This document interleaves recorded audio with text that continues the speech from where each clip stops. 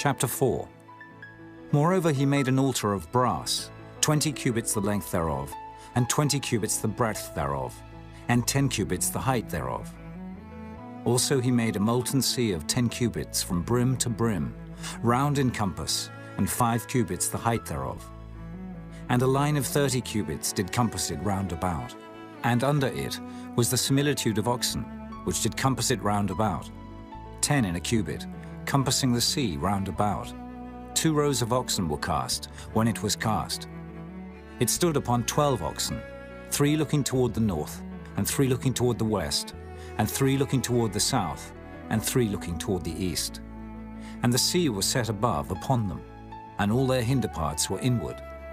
And the thickness of it was an handbreadth, and the brim of it like the work of the brim of a cup, with flowers of lilies. And it received and held 3,000 baths.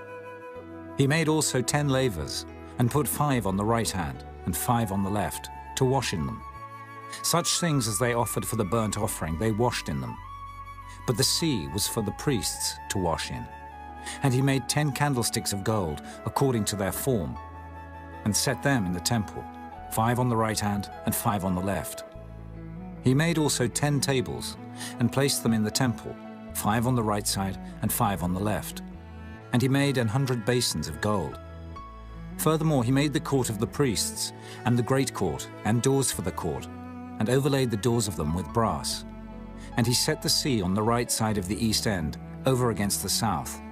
And Huram made the pots, and the shovels, and the basins.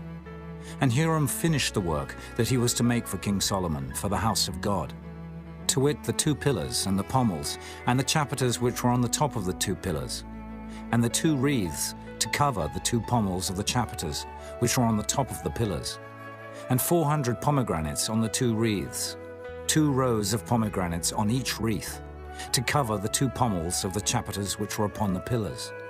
He made also bases, and lavers made he upon the bases, 1 sea, and 12 oxen under it. The pots also, and the shovels, and the fleshhooks, and all their instruments, did Huram his father make to King Solomon for the house of the Lord of bright brass.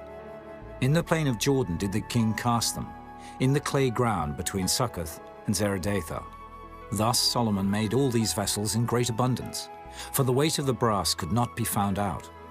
And Solomon made all the vessels that were for the house of God, the golden altar also, and the tables whereon the showbread was set. Moreover the candlesticks with their lamps, that they should burn after the manner before the oracle, of pure gold. And the flowers, and the lamps, and the tongs made he of gold, and that perfect gold. And the snuffers, and the basins, and the spoons, and the censers of pure gold. And the entry of the house, the inner doors thereof for the most holy place, and the doors of the house of the temple were of gold.